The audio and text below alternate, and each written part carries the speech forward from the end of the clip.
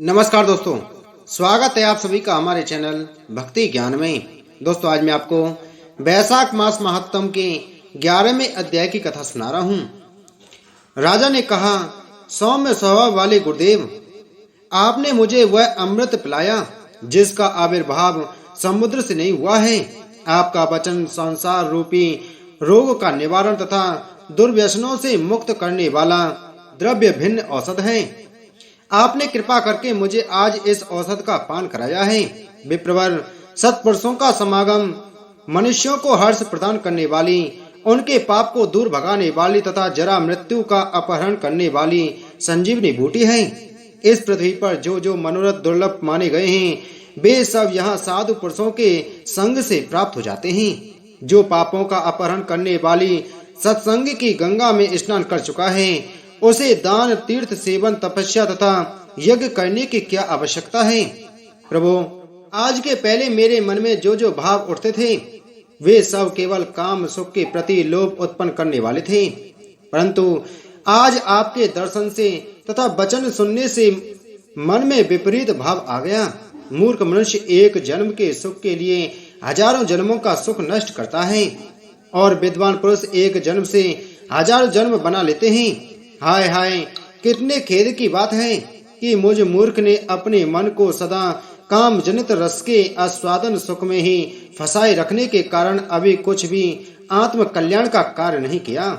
अहो, मेरे मन का कैसा मोह है जिससे मैंने स्त्रियों के फेर में पड़कर अपने आत्मा को घोर विपत्ति में डाल दिया, जिसका भविष्य अत्यंत दुखमय है तथा जिससे पार पाना बहुत कठिन है। भगवान, आपने स्वतः संतुष्ट होकर अपनी वाणी से आज मुझे मेरी स्थिति का बोध करा दिया। अब उपदेश देकर मेरा उद्धार कीजिए। पूर्व जन्म में मैंने कोई पुण्य किया था जिससे आपने मुझे बोध कराया है। विशेषतः आपके चरणों की धूलि से आज मैं पवित्र हो गया। वक्ताओं में श्रेष्ठ, अब आप मुझे वैशाख मास की विधि बताइए। कश्यप जी बोले, राजन, बुद्धिमान पुरुष को चाहिए कि वह बिना पूछे अथवा अन्याय पूर्वक पूछने पर किसी को उपदेश ना दे। लोक में जानते हुए भी जड़वत अनजान की भांति आचरण करे, परंतु विद्वानों, शिष्यों, पुत्रों तथा श्रद्धालु पुरुषों को उनके हित की बात कृपा पूर्वक बिना पूछे भी बतानी चाहिए। राजन, इस समय तुम्हारा मन धर्म में स्थित हुआ है, अतः तुम्हें वैशाख स्नान के उत्तम व्रत का पालन कराऊंगा। तदंतर पुरोहित कश्यप ने राजा महिरथ से वैशाख मास में स्नान, दान और पूजन कराया। शास्त्र में वैशाख स्नान की जैसी विधि उन्होंने देखी थी, उसका पूरा पूरा पालन कराया। राजन, महिरथ ने भी गुरु की प्रेरणा से उस समय विधि पूर्वक सब नियमों का पालन किया था तथा माधव मास का जो जो विधान उन्होंने बताया वह सब आदर पूर्वक सुना। उन नृपश्रेष्ठ ने प्रातः काल स्नान करके भक्ति भाव के साथ पाद और अर्ध आदि देकर श्री हरि का पूजन किया तथा नैवेद्य भोग लगाया। यमराज कहते हैं, ब्राह्मण, तत्पश्चात राजा के ऊपर काल की दृष्टि पड़ी। अधिक मात्रा में रति का सेवन करने से उन्हें क्षय का रोग हो गया था, जिससे उनका शरीर अत्यंत दुर्बल हो गया। अंततोगत्वा उनकी मृत्यु हो गई। उस समय मेरे तथा भगवान विष्णु के दूत भी उन्हें लेने पहुंचे।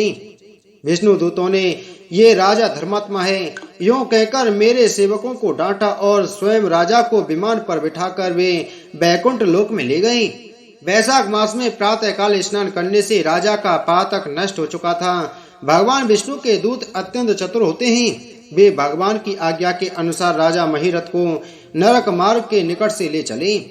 जाते जाते राजा ने नरक में पकाए जाने के कारण घोर चीत्कार करने वाले नारकीय जीवों का आर्तनाद सुना।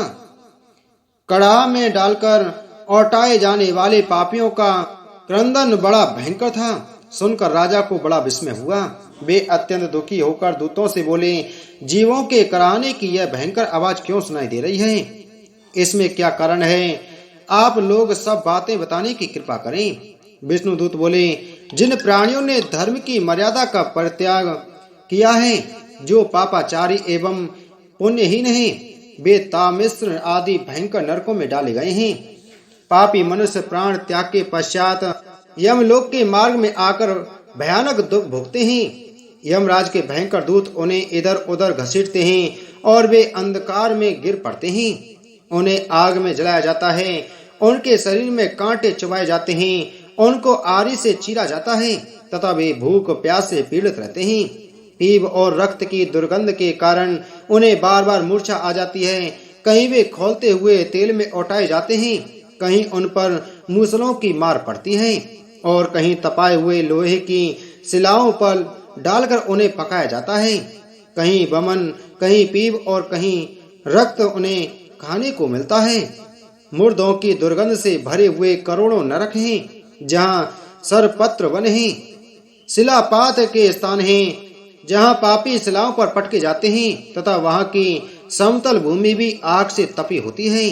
इसके सिवा गरम लोहे के खौलते हुए तेल के, मैदा के, तपे हुए स्तंभ के तथा कूट सालमली नाम के भी नरक हैं। छुरे, कांटे, कील और उग्र ज्वाला के कारण क्षोभ एवं भय उत्पन्न करने वाले बहुत से नरक हैं। कहीं तपी हुई बैतरणी नदी है, कहीं पीप से भरे हुए अनेकों कुंड हैं। इन सब में पृथक पृथक पापियों को डाला जाता है। कुछ नरक ऐसे हैं जो जंगल के रूप में हैं, वहाँ के पत्ते तलवार की तरह धार के समान तीखे हैं। इसी से उन्हें असिपत्र वन कहते हैं। वहाँ प्रवेश करते ही नर नारियों के शरीर कटने और छिलने लगते हैं।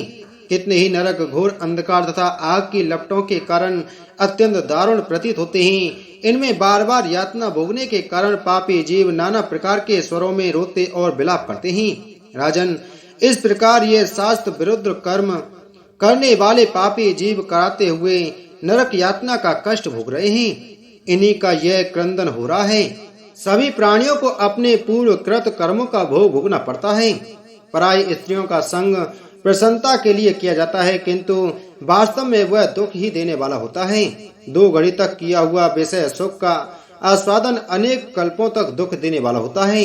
राजेंद्र, तुमने वैशाख मास में प्रातः स्नान किया है। उसकी विधि का पालन करने से तुम्हारा शरीर पावन बन गया है। उससे छूकर बहने वाली वायु का स्पर्श पाकर ये क्षण भर के लिए सुखी हो गए हैं। तुम्हारे तेज से इन्हें बड़ी तृप्ति मिल रही है। इसी से अब ये नरकवर्ती जीव कराना छोड़कर चुप हो गए हैं। पुण्यवानों का नाम भी यदि सुना या उच्चारण किया जाए तो वह सुख का साधक होता है तथा उसे छूकर चलने वाली वायु भी शरीर में लगने पर बड़ा सुख देती है। बोलो वैशाख मास महत्तम की जय। बोलो विष्णु भगवान की जय।